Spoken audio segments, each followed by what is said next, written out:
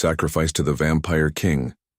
The moon hung low in the sky, its silver glow casting eerie shadows upon the towering spires of Castle Nezera.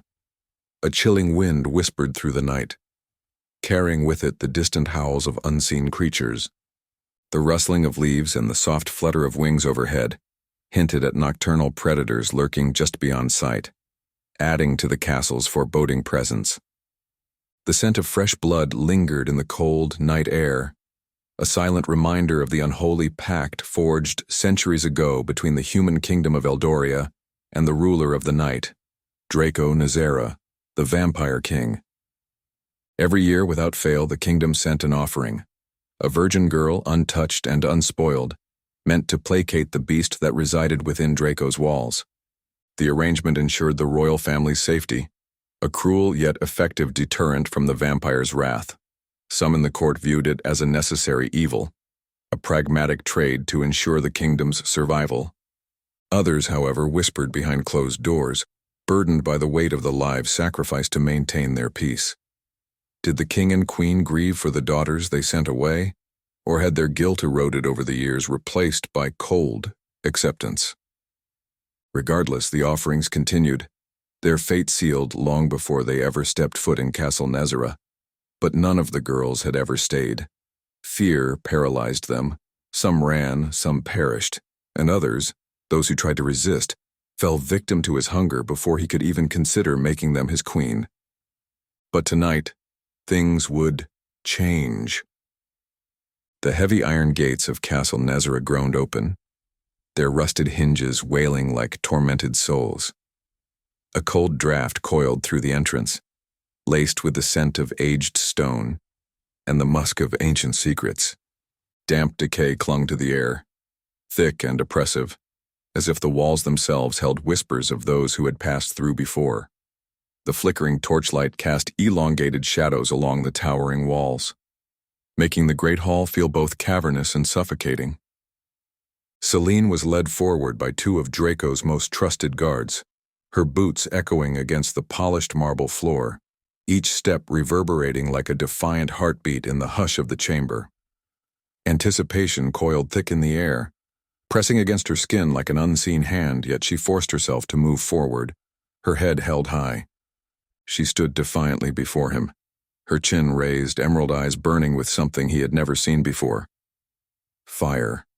Her pulse pounded in her ears, but she refused to let it show. This was not fear coursing through her veins. It was defiance, a thrill unlike anything she had ever felt. She had spent her life being told what to fear, what to bow to, but she would not bow to him. If he expected another meek offering, he was about to be sorely disappointed. There was no fear in her expression, no tremor in her voice as she spoke. "So you're the infamous Draco Nezera." Draco reclined on his throne, amusement flickering across his features, though beneath it stirred something deeper, something unsettling.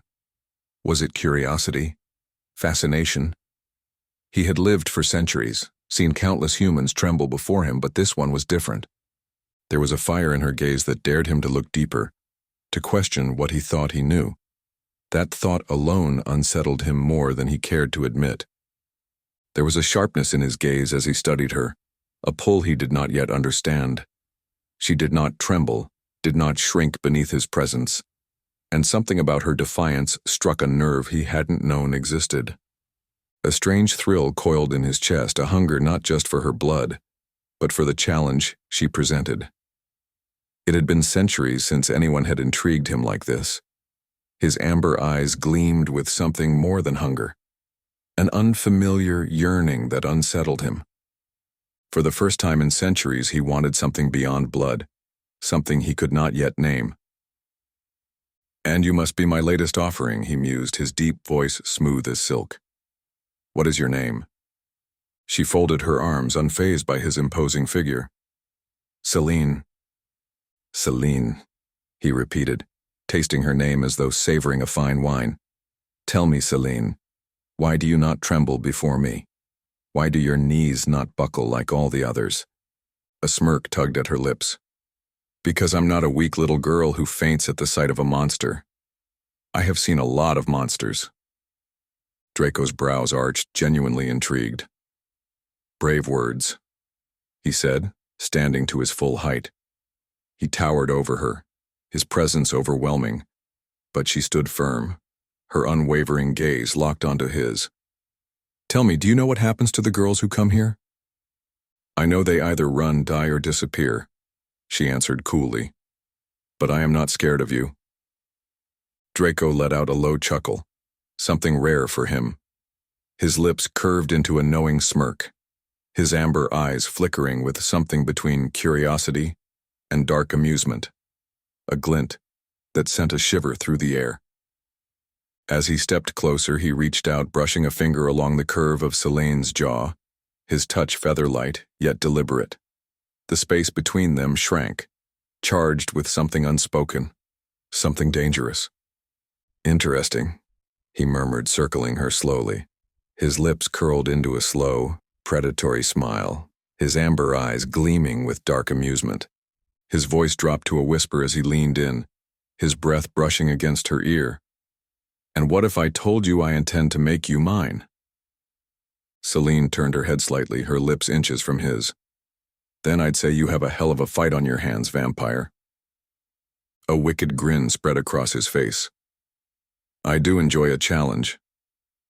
Days turned into weeks, and unlike the others before her, Selene did not cower or plead for mercy.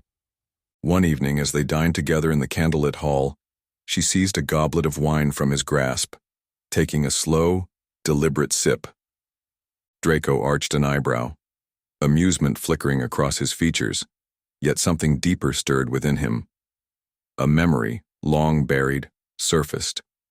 Another night, another woman, one who had betrayed him in the past. The echoes of past pain and distrust flickered in his mind. Yet here, Selene was utterly unafraid, challenging him with nothing but a single act of defiance. The past urged him to push her away, to remain the untouchable ruler he had always been. But another part of him, one he scarcely recognized, wanted to trust her, to see if she was truly different. Draco arched an eyebrow, amused yet taken aback by her audacity. "I suppose I should be honored," he remarked, his tone laced with mockery. Selene tilted her head, her smirk unwavering. "Or threatened," she countered, holding his gaze without a hint of fear. "That depends on how fragile your ego is." Draco chuckled, shaking his head slightly. "You truly are unlike any who have come before you." "Good," she said, raising the goblet to her lips. "Then maybe you'll remember me." A rare laugh escaped him, unexpected yet genuine. In that moment, Draco realized she was no mere offering.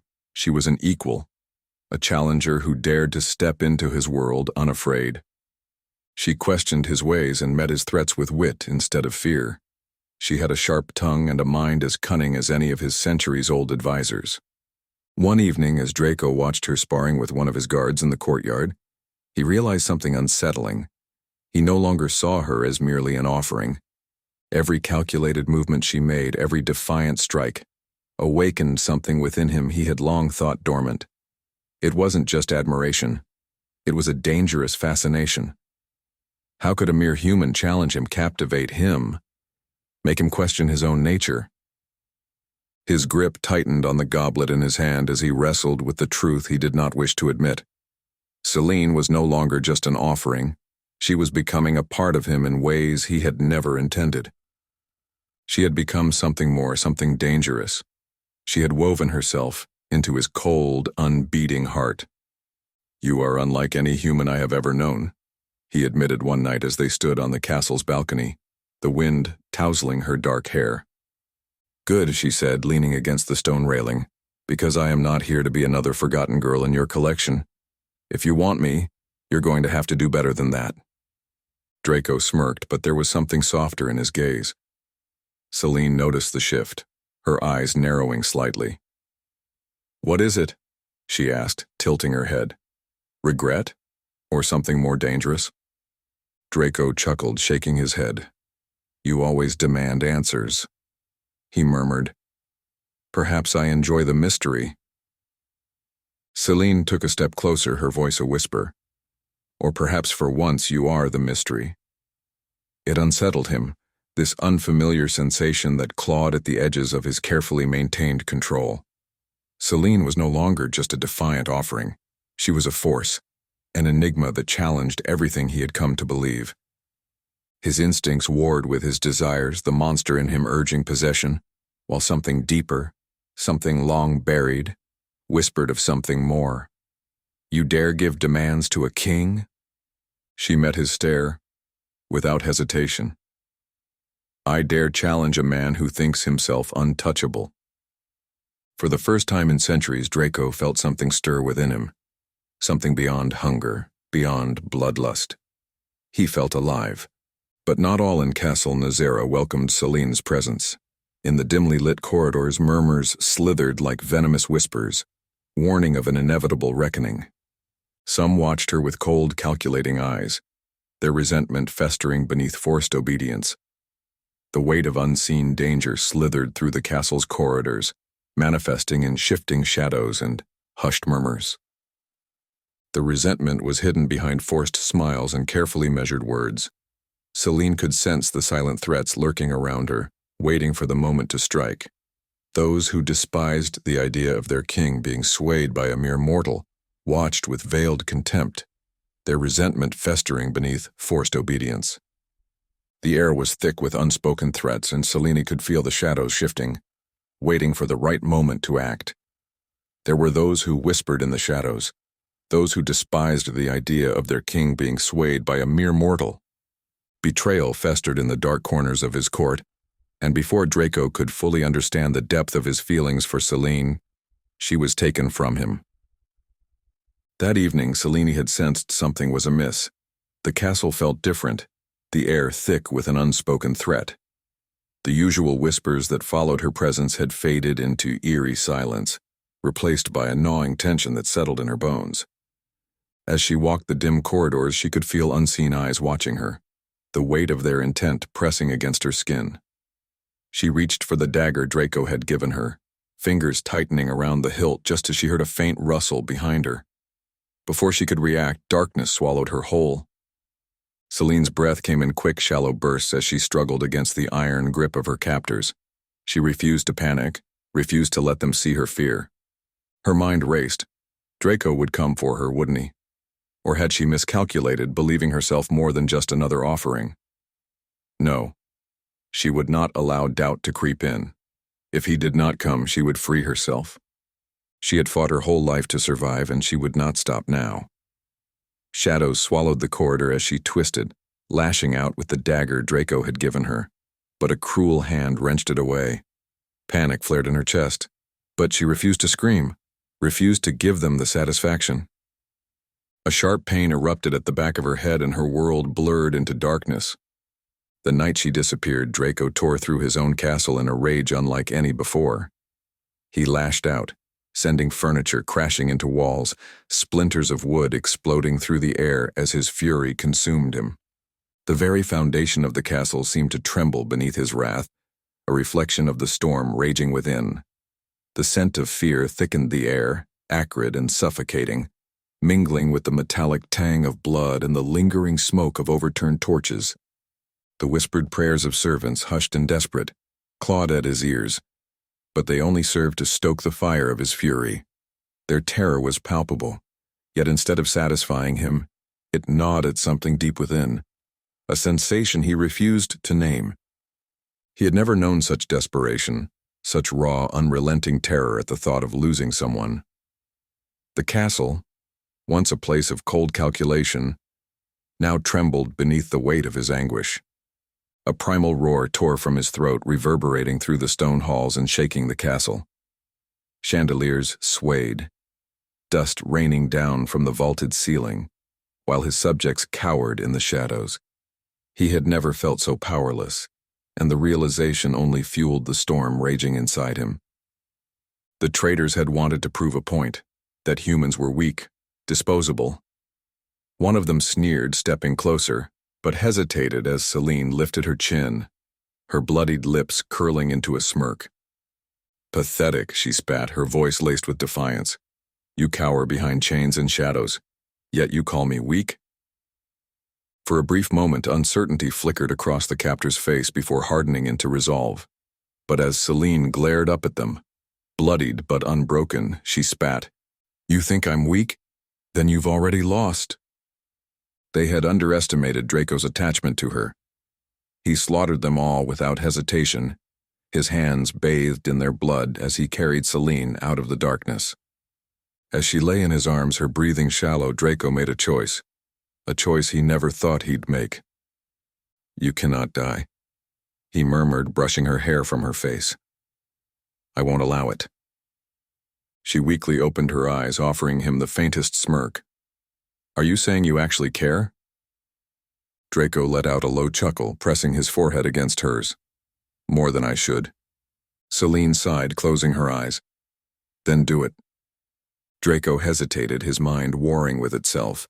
To turn her was to condemn her to his world, a world of blood, darkness, and unrelenting hunger. Would she hate him for it? Would she curse his name as she woke to the agony of transformation? A part of him feared losing what little of her humanity remained, feared that in making her his equal, he would strip away what had drawn him to her in the first place. Yet the alternative was unthinkable. He had never allowed himself to need someone, to care for someone, and now, as she lay dying in his arms, he realized that she had unraveled the very foundations of the monster he had been for centuries. Was he willing to risk the man she had awakened in him just to keep her alive? To turn her was to condemn her to his world, to strip away the last remnants of her human innocence. Was he saving her, or was he selfishly binding her to him for eternity? His hands trembled as he brushed a strand of hair from her face, gazing down at her with something dangerously close to fear. Could she ever forgive him for this? Could she ever love him, despite the monster he was? But as her heartbeat slowed, weak and fragile, he knew there was no other way. With a whispered vow, he surrendered to the inevitable, sinking his fangs into her neck and giving her the gift, or the curse, of eternity. When Selene awoke, pain coursed through her veins like liquid fire, searing every inch of her being. Her body convulsed, her muscles locking as if resisting the inevitable transformation. A cry tore from her lips, half agony, half hunger, as unfamiliar sensations flooded her mind. She felt the shift in her senses, every heartbeat in the room, every scent in the air. The way the stone beneath her seemed alive with vibration. Her thoughts spiraled between terror and exhilaration. Was this what it meant to be reborn? Was this power? Or was it a curse? And then she saw him, Draco, watching her with something she couldn't decipher. Concern? Regret? Possession? The hunger in her gut deepened, and she wondered for the first time if she could ever turn back. Her body trembled, torn between the life she once knew and the darkness now claiming her. She gasped, fingers clawing at the cold stone beneath her, struggling to understand the strange hunger gnawing at her core. When she finally lifted her head, her breath hitched, her vision sharper, her senses heightened. And in the reflection of Draco's gaze, she saw them, her own eyes, glowing with the same amber fire as his. Draco knelt before her, his expression unreadable, but the storm in his eyes spoke of emotions he had long buried. His fingers hovered inches from her skin, hesitation warring with the possessive need tightening in his chest. Could he allow himself this? Could he let her in, knowing she could either be his salvation or his ruin? He had spent centuries mastering control, yet with her it threatened to slip through his fingers like sand. With a measured breath he reached for her, his fingers ghosting over her cheek before settling there, his touch both uncertain and possessive. She shuddered, not from fear, but from the electric sensation of his touch. "Selene," he murmured, his voice uncharacteristically soft. "You are mine now." Her lips parted, but before she could speak, he leaned in, capturing her mouth in a kiss that was both possessive and reverent. It was not the kiss of a monster claiming his prize, but of a man laying his soul bare. Their lips moved together in a sensual dance, a collision of fire and shadow, as if they had been waiting centuries for this moment. Selene felt his desperation, his longing, his need, and she hesitated, caught between the raw intensity of the moment and the newfound hunger thrumming through her veins. Did she fear losing control? Or was it the depth of her own desire that unsettled her? As his breath mingled with hers, she let go of the uncertainty, surrendering completely. She poured her own longing into him, fingers tangling in his dark hair, the kiss deepening into something both reckless and consuming. The hunger inside her flared, not just for blood, but for him, this immortal being who had awakened something deeper within her. She no longer saw him as a captor or a monster, but as the one who had unknowingly become her tether to this new existence. The lines between salvation and damnation blurred, leaving only the undeniable pull between them. She was no longer a mere sacrifice, she was a force that had reshaped his very existence. A strange exhilaration coursed through her, mingling with the remnants of fear she refused to acknowledge. She had stepped into a world of darkness, yet she had never felt more powerful, more alive. The weight of her new existence settled over her shoulders, but instead of crushing her, it lifted her higher. She was more than just his queen.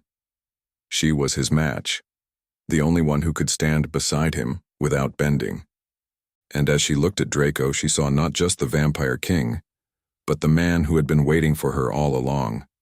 And as she stood beside him, stronger than ever, he knew that for the first time in centuries, he was no longer just a monster. He turned to her, his voice low yet steady. "You were never meant to be just an offering, Seline. You were meant to rule by my side." Seline met his gaze, a slow smile forming on her lips. "Then it's a good thing I never intended to be anything less." Draco let out a rare chuckle, taking her hand in his, feeling the warmth of her touch against his cold skin. For a moment he stilled, as if the simple contact unraveled something deep within him. Did he resent this vulnerability, the power she had over him? Yet as her fingers tightened around his, anchoring him in a way nothing else ever had, the thought faded. Instead, a strange sense of peace settled within him. Her fingers intertwined with his, firm and unyielding, as if anchoring him to something he had long believed unattainable. In that moment, he knew. Seline was not just beside him, she was a part of him. Together, we are unstoppable. For centuries he had ruled with power, fear, and solitude, yet here she was standing beside him not as a prisoner, nor an offering, but as an equal. In that moment, he knew. She had become more than his queen. She had become his salvation. A storm of emotions swirled within her. Triumph, exhilaration, the lingering traces of fear, and something else, something deeper.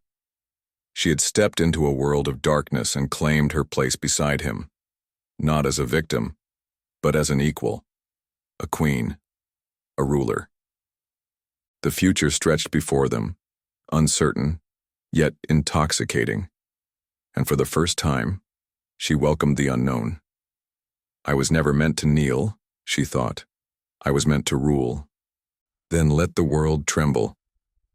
He was a man who had been changed by the fire of a woman who refused to be broken. Draco Nezera had finally found his queen,